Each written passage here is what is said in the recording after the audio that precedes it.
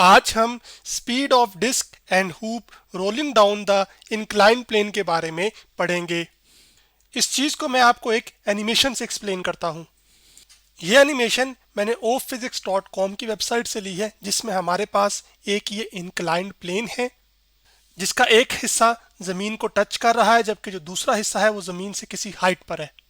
इसी को हम इंक्लाइंड प्लेन कहते हैं, जिसमें हमारे पास एक ये डिस्क है जबकि ये यहाँ पर हूप है।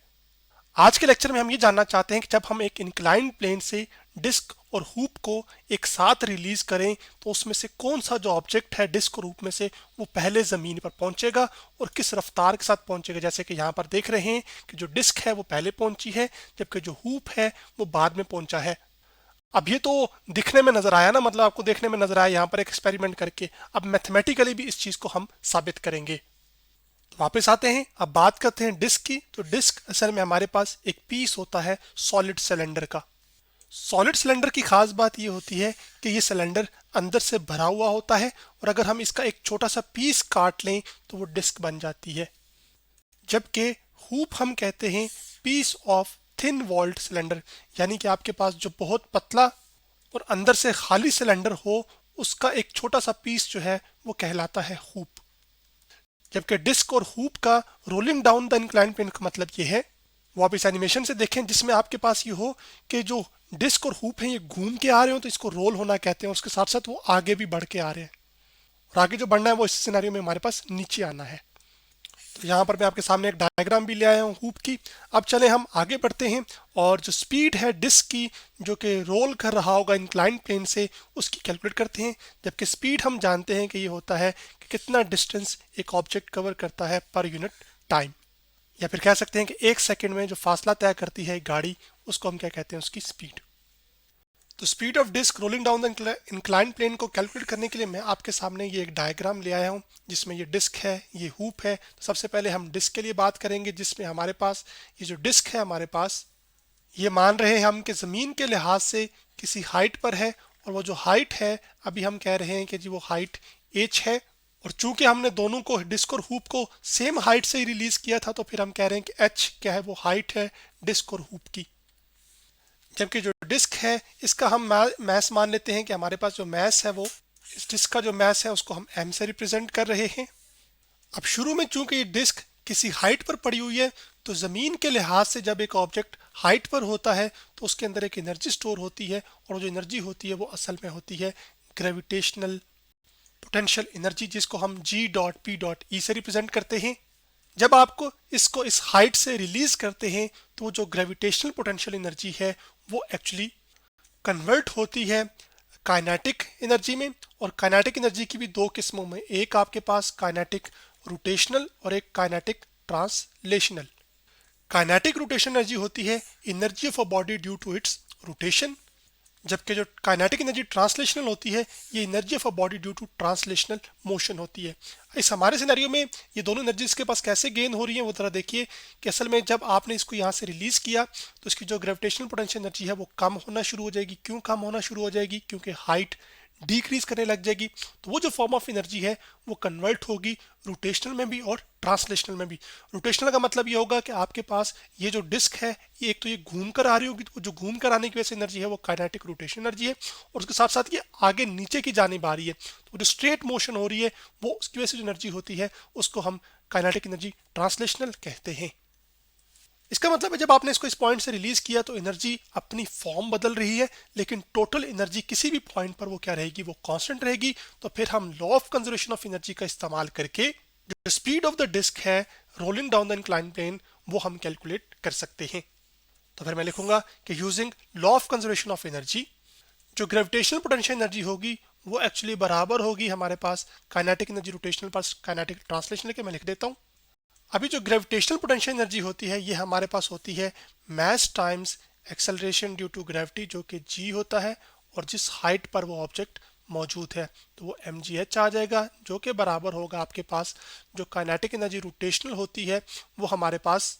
तो rotational kinetic energy for point mass and rigid body के लिए हमने काइनेटिक एनर्जी जो रोटेशनल था उसका एक्सप्रेशन निकाला था जो कि 1/2 I ओमेगा स्क्वायर था, जिसमें I जो था वो मोमेंट ऑफ इनर्शिया होता है।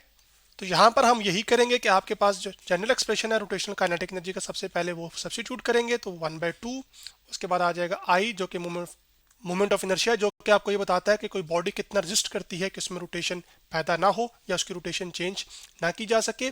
उसके साथ साथ ओमेगा का स्क्वायर जो कि एंगुलर वेलोसिटी होती है, जो कि असल में एंगुलर डिस्प्लेसमेंट का टाइम के लिहाज से चेंज होने को कहते हैं। फिर आपके पास प्लस आ जाएगा, जबकि जो काइनेटिक ट्रांसलेशन एनर्जी होती है वो आपके पास होती है हाफ एम वी स्क्वेयर। तो मैं यहाँ पे 1/2 लिख लूंगा, एम वी स्क्वेयर लिख लूंगा। अब यहाँ पर जो आई है ये मोमेंट ऑफ इनर्शिया है, और ये जो मोमेंट ऑफ इनर्शिया होगा ये इस सिनेरियो में हम अपनी डिस्क के लिए लेंगे। एक डिस्क के लिए जो मोमेंट ऑफ इनर्शिया होता है वो हमारे पास होता है हाफ एम आर स्क्वेयर। यहाँ पे जो एम है वो एक्चुअली मैस है जो कि डिस्क का होगा, और आर आपके पास उसका रेडियस है, और आपके पास यहाँ पे उसका वो आर का स्क्वेयर आ जाएगा यहाँ पर।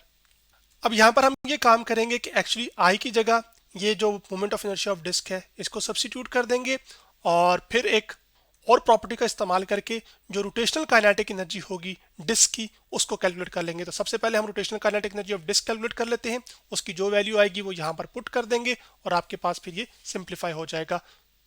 तो जो rotational kinetic energy of disc है वो हम कैलकुलेट कर लेते हैं, वो आपके पास आ जाएगा यहाँ पर 1/2 आ जाएगा। आई की जगह हम पुट कर देंगे 1/2 एम आर स्क्वेयर, तो मैं यहाँ पे पुट कर देता हूँ 1/2 एम आर का स्क्वेयर यहाँ पर आ जाएगा। उसके साथ साथ आपके पास साथ यहाँ पर ओमेगा स्क्वेयर है तो साथ ओमेगा स्क्वेयर लिख लेंगे। तो जो रोटेशनल काइनेटिक एनर्जी है डिस्क की, जिसको मैं के डॉट ई रोटेशनल और साथ इसके ऊपर यहाँ पे डी लिख दूंगा, जो कि बता रहा होगा कि मैं ये बात कर रहा हूँ डिस्क की कर रहा हूँ, वो आपके पास इक्वल आ जाएगी 1/2 से मल्टीप्लाई होगा तो ये एक्चुअली आ जाएगा 1/4, क्योंकि न्यूमिनेटर में 1 है तो 1 से मल्टीप्लाई होकर 1, और डिनोमिनेटर में दोनों के 2 है तो 2 से मल्टीप्लाई होकर हो जाएगा 4।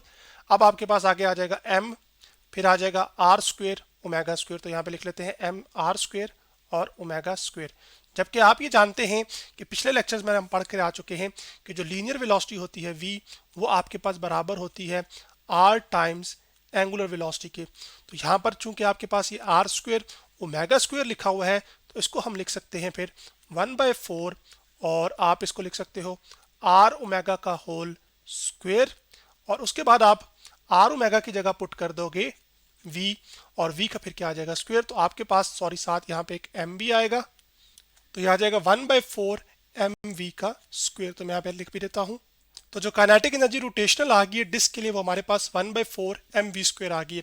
अब हम क्या करेंगे कि असल में ये जो हाफ आई ओमेगा स्क्वेयर था ना, जो कि रोटेशनल काइनेटिक एनर्जी डिस्क की थी, उसकी जगह हम ये एक्सप्रेशन पुट करेंगे तो राइट हैंड साइड सारी स्पीड की टर्म्स में आ जाएगी, और वहां से हम थोड़ी सी सिंप्लीफिकेशन करके स्पीड को कैलकुलेट कर लेंगे। तो उसको करने के लिए आप इसको हम 1 इक्वेशन का नाम दे देते हैं। तो यूजिंग 1 आप क्या करेंगे कि लेफ्ट हैंड साइड पे हमारे पास आ जाएगा mgh, half I omega square की जगह आ जाएगा हमारे पास जो रोटेशनल काइनेटिक एनर्जी है डिस्क की, जो कि 1/4 एम वी स्क्वेयर आई है। तो मैं यहाँ पे लिख लूँगा 1/4 एम वी स्क्वेयर, फिर प्लस आ जाएगा हमारे पास और ट्रांसलेशनल काइनेटिक एनर्जी जो कि 1/2, और साथ आ जाएगा एम वी का स्क्वेयर। अब राइट हैंड साइड पे हम एलसीएम ले लेंगे। जब एलसीएम लेंगे आपके पास तो एलसीएम जो है वो राइट हैंड साइड का आ जाएगा वो एक्चुअली 4, तो यहाँ से हम 4 को एलसीएम ले लेते हैं। और आपके पास आप एक चीज़ देख रहे होंगे कि m इस टर्म में भी मौजूद है, इस टर्म में भी मौजूद है, तो वो हम यहाँ पे कॉमन ले लेते हैं। उसके बाद आपके पास एलसीएम जब लिया जाएगा तो यहाँ पर आ जाएगा v का स्क्वेयर, जबकि साथ आ जाएगा प्लस, और इधर भी जब आपके पास करेंगे तो वो 2v का स्क्वेयर आ जाएगा, और left hand side as it is mgh आ जाएगी। अब इसमें आपके पास ये m इस m से कैंसिल आउट हो जाएगा, जबकि v square plus 2v square हो जाता है 3v स्क्वेयर, और ये जो 4 इधर डिवाइड हो रहा है उधर जाके क्या हो जाएगा मल्टीप्लाई, तो आपके पास आ जाएगा 4 टाइम्स gh, और उसके साथ साथ इक्वल टू आ जाएगा 3v का स्क्वेयर। और उसके बाद ये जो 3 इधर मल्टीप्लाई हो रहा है ये लेफ्ट हैंड साइड पर जाकर डिवाइड हो जाएगा, तो आपके पास जो फाइनल एक्सप्रेशन है वो बन जाएगा v का square is equal to 4gh divided by 3।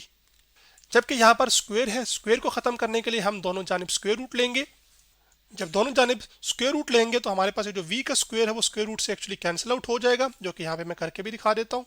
तो जो दोनों जानिब मैंने स्क्वेयर रूट ले लिया है, ये स्क्वेयर स्क्वेयर रूट से कैंसिल आउट होगा, तो हमारे पास जो स्पीड ऑफ द डिस्क है वो निकल कर आ चुकी है, जो कि आपके पास आ जाएगी v। जबकि इस एक्सप्रेशन में जो 4 का स्क्वेयर रूट होता है वो 2 होता है तो हम इसको 2 लिख लेंगे, डिवाइडेड बाय आपके पास स्क्वायर रूट 3, क्योंकि 3 जो है परफेक्ट नंबर का स्क्वायर नहीं है किसी, और साथ आ जाएगा आपके पास square root times g h. तो ये फाइनल एक्सप्रेशन हमारे पास डिस्क का निकल कर आ गया है जब आप उसे रोल करते हो एक इंक्लाइंड प्लेन में से। और यहाँ से नज़र आ रहा है कि आपके पास जितनी लार्ज हाइट से आप इस जो डिस्क है उसको रोल करवाओगे, यानी कि रिलीज करोगे यहाँ से, तो आपके पास जिस स्पीड के साथ वो नीचे आएगा वो स्पीड उतनी ही ज़्यादा होगी, और वो स्क्वायर रूट टाइम्स जो स्पीड है वो एक्चुअली इंक्रीज करेगी। तो यहाँ से फिर मैं लिख सकता हूँ कि जो v है वो आपके पास डायरेक्टली प्रोपोर्शनल है स्क्वायर रूट टाइम्स एच के। तो फॉर एग्जांपल अगर आपके पास, अब हम एक सिनेरियो कंसीडर करते हैं जिसमें जो हाइट है वो आपके पास h से 4h हो जाती है, यानी कि आपके पास, मैं इसकी एक एग्जांपल ही कर रहा हूँ यहाँ पर, तो आपके पास जो हाइट है h प्राइम, वो हम कहते हैं वो नई हाइट है, वो बराबर हो जाती है आपके पास 4 times of the previous height के।